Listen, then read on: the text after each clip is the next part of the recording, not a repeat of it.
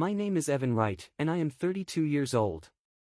A few weeks ago, I was standing in the hallway of my parents' house holding a mug of coffee when I heard my father say something that permanently changed how I saw my place in my own family. He wasn't yelling. He wasn't angry. His voice was calm, controlled, and painfully certain.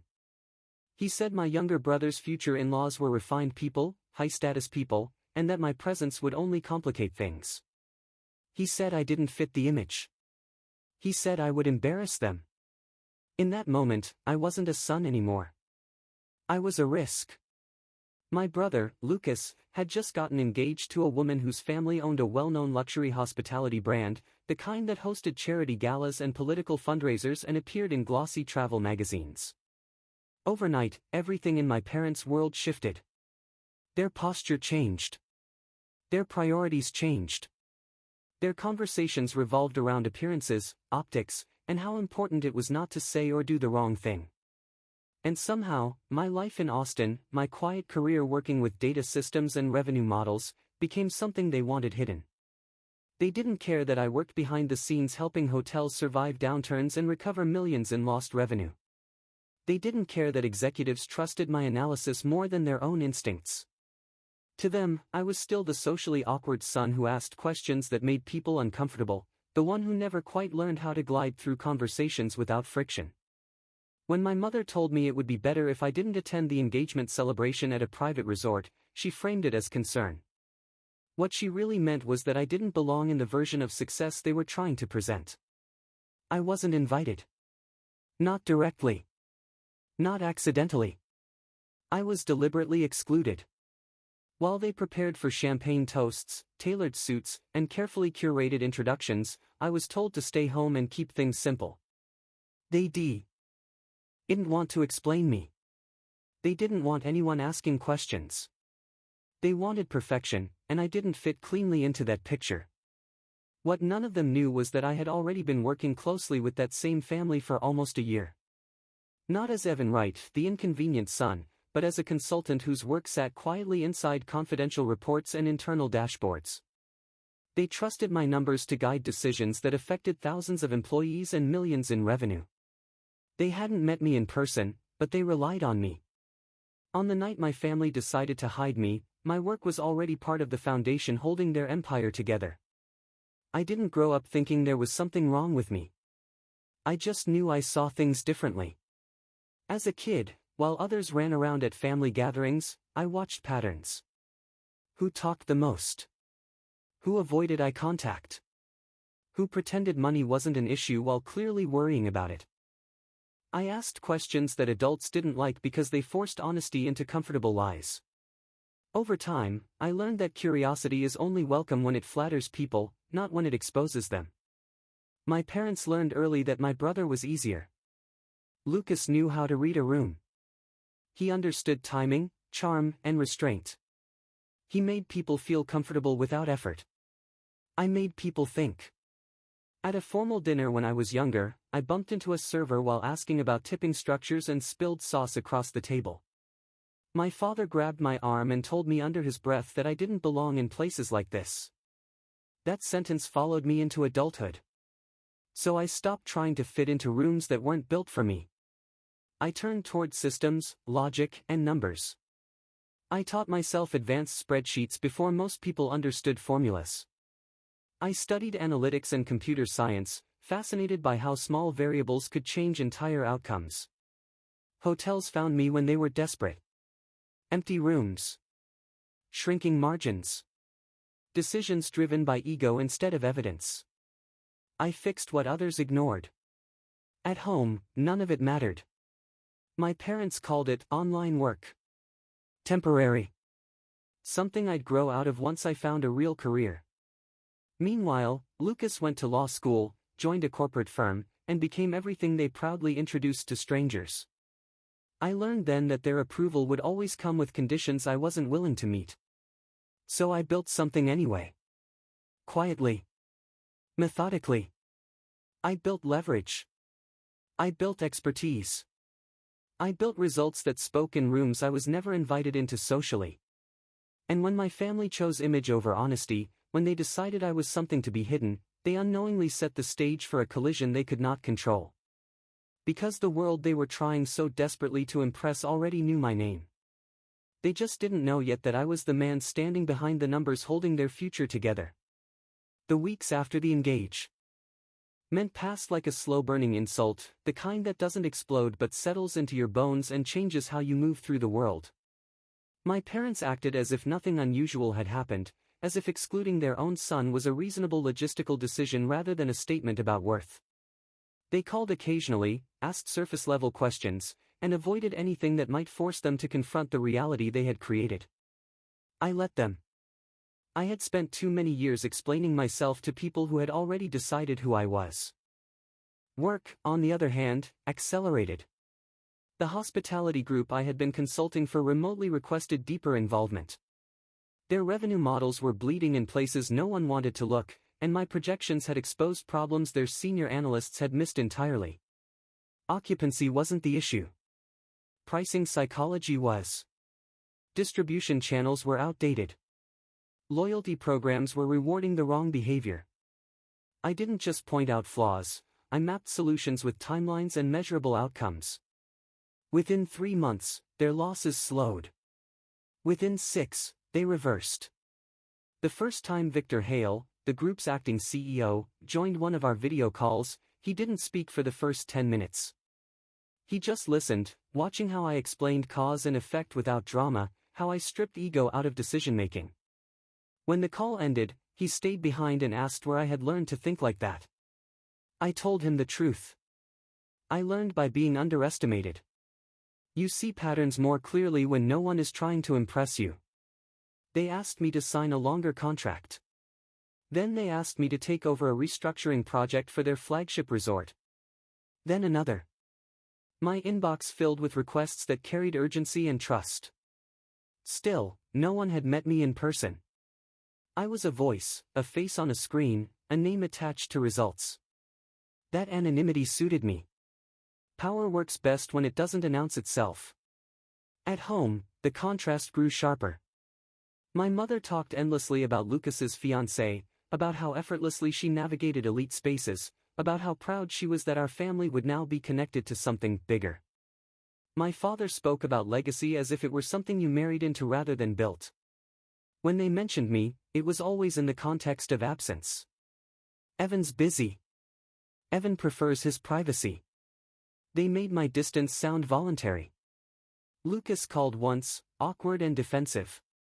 He said the decision to exclude me wasn't personal, that it was about avoiding complica. Tie-ins. I asked him what exactly I complicated. He didn't have an answer. He never had.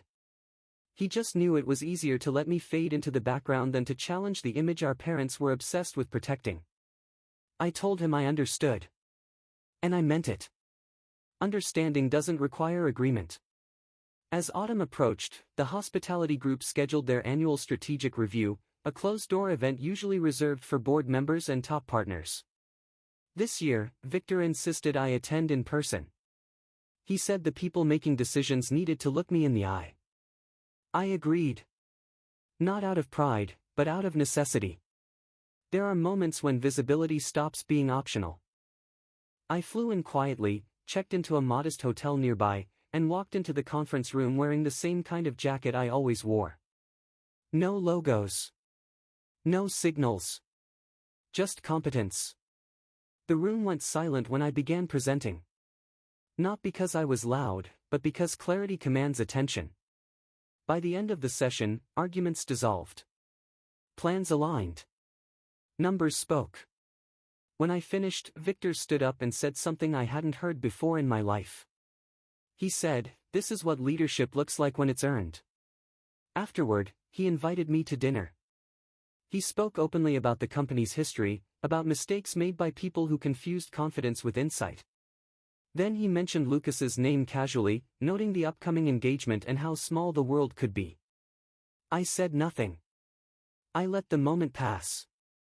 Some truths are more powerful when they arrive unannounced. Before I left, Victor told me the group was planning a public acknowledgement at their winter gala. A celebration of recovery. A recognition of those who made it possible. He said my contribution would be highlighted. I nodded, thanked him, and returned home without telling anyone. Not my parents. Not my brother. Not because I was hiding, but because I was done preparing people for who I was.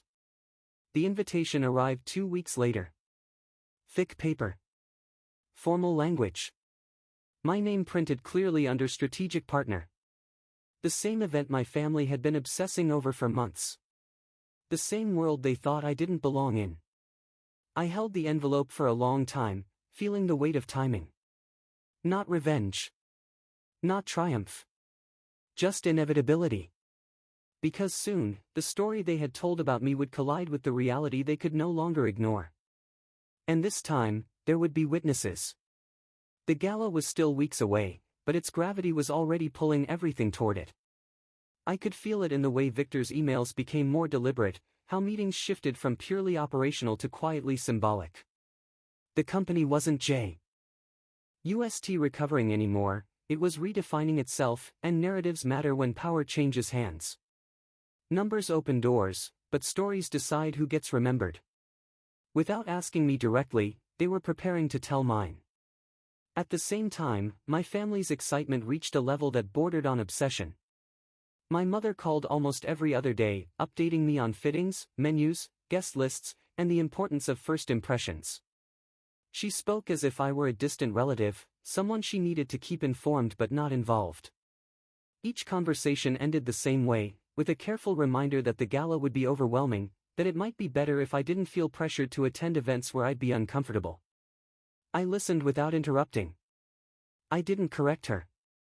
I didn't reassure her. I simply let her speak herself deeper into the version of reality she had chosen. Lucas, on the other hand, grew quieter. He had started to sense that something was off, though he couldn't quite name it. He asked vague questions about my work, about travel, about whether I was still consulting. There was a tension in his voice, the kind that comes when someone realizes they may have underestimated the wrong person. I gave him honest but minimal answers. Not because I wanted to keep secrets, but because he had never truly been curious before. Interest that arrives late is rarely innocent. In the background, the hospitality group moved decisively. Victor invited me to join an executive retreat ahead of the gala, a closed session to finalize the next 5-year expansion plan. This time, I wasn't just advising. I was shaping outcomes. Decisions were deferred until I weighed in. Arguments ended when I spoke. It wasn't dominance. It was trust earned through consistency. When people see you be right without being loud, they start listening before you talk. One evening after the retreat, Victor told me they were installing a permanent recognition wall at the flagship resort. A curated history of the company's transformation, honoring individuals who had altered its trajectory. He said the board insisted my contribution be visible, documented, and public. I told him I didn't need recognition. He smiled and said this wasn't about ego. It was about truth. Companies, like families, tend to rewrite history to make themselves comfortable. This was their way of resisting that instinct. As the date approached, my name began circulating in places my family moved through without knowing it. Lucas's fiancée mentioned, offhandedly, how impressed her father was with one of their strategic partners, a data-driven consultant who had saved the company from itself. My mother nodded politely, never once considering that the person being praised was sitting across from her at Sunday dinners she barely paid attention to. Watching that disconnect unfold was surreal. It was like listening to people describe a stranger using your own reflection. The day before the gala, I arrived early, as requested. The resort was transformed, every detail sharpened for spectacle. Staff members greeted me by name, guided me through spaces my family believed I had no access to. When I saw the wall for the first time, my breath caught. Not because my name was there, but because my story was told plainly, without apology or exaggeration. The work spoke. The results stood on their own. That evening, as guests began to arrive, I positioned myself near the periphery, watching worlds overlap without yet touching. Executives greeted me warmly. Partners sought my opinion. I was exactly where I belonged, even if my family didn't know it yet. When I saw my parents enter, dressed in careful elegance, scanning the room for signals of importance, I felt no anger. Just clarity. They were about to confront the gap between who they thought I was and who I had become.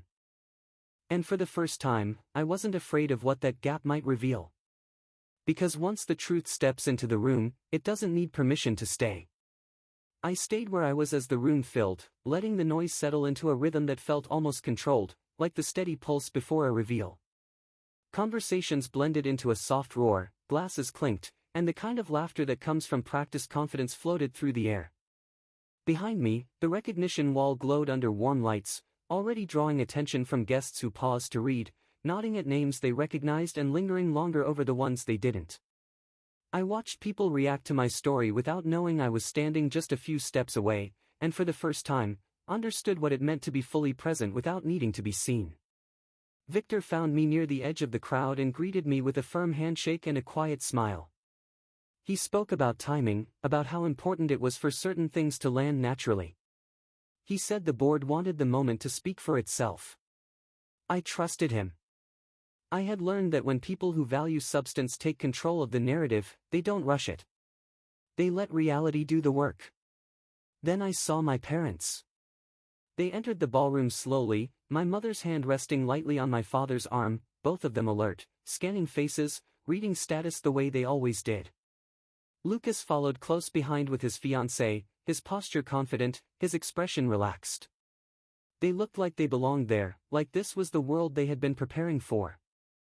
I watched my parents greet acquaintances, offer polite smiles, and accept compliments about the engagement. They were exactly who they had always been. What they didn't realize was that the room had already made space for someone they had tried to erase. My mother noticed the wall first. I could tell by the way her steps slowed, the way her eyes narrowed slightly as she read. She leaned in, tracing the TXT with quiet concentration. I saw the moment of recognition hit her, not all at once, but in pieces. First confusion. Then disbelief.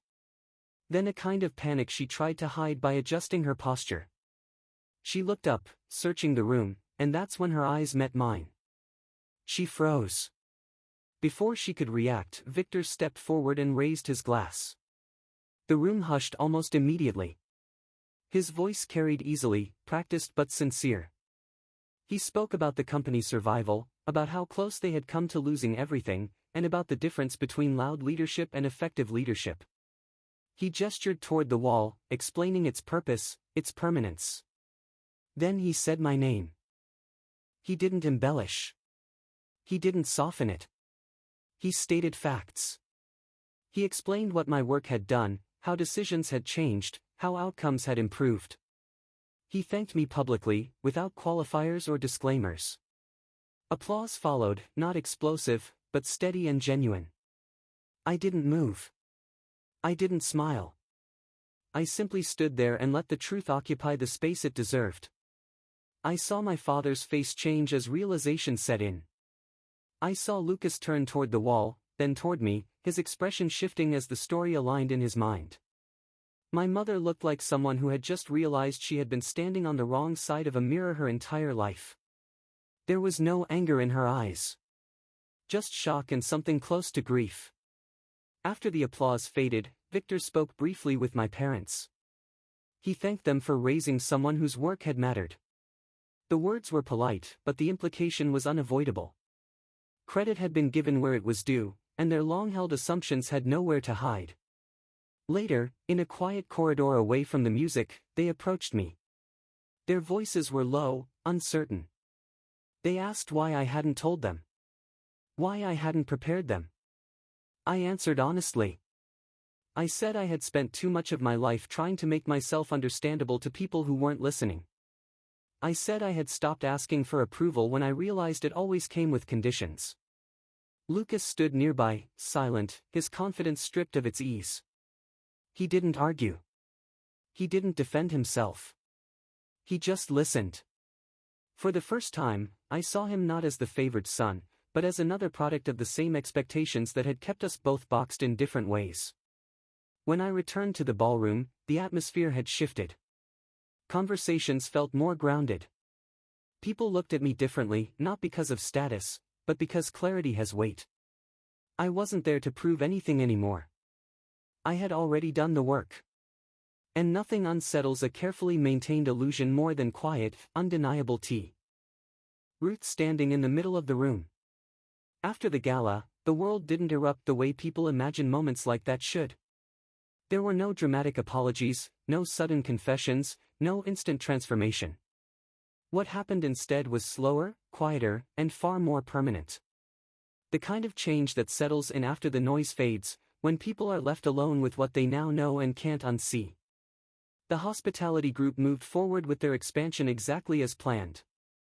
Contracts were signed, new properties were acquired, and systems I had designed were scaled across regions. My role evolved naturally, not upward in title but deeper in influence. I was no longer introduced as a consultant. I was referred to as a partner. Decisions came to me before they went anywhere else.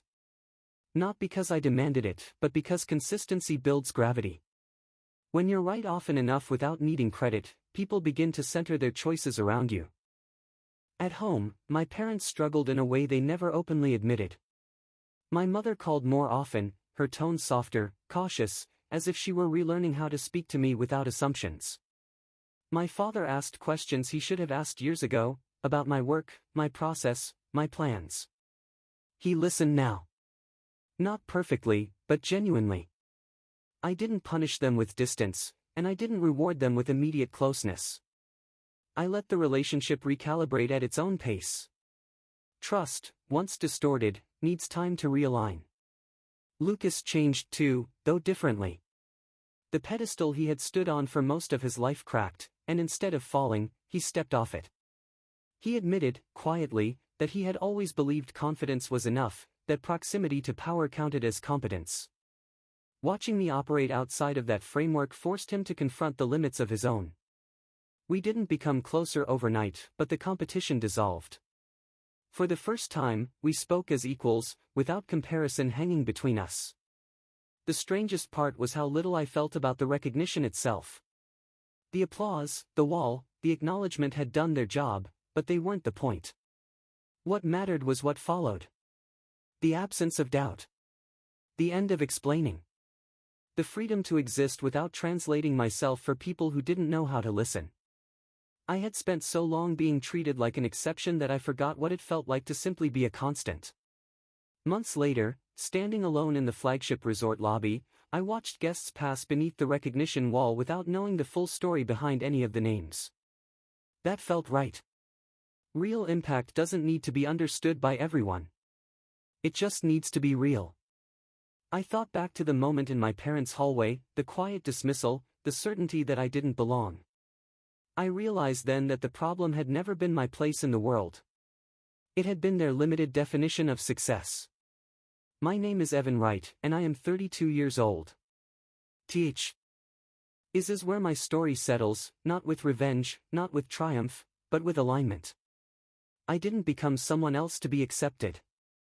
I became more myself, and the world adjusted accordingly. The people who once tried to hide me learned that you can't manage what you don't understand, and you can't erase what quietly holds everything together.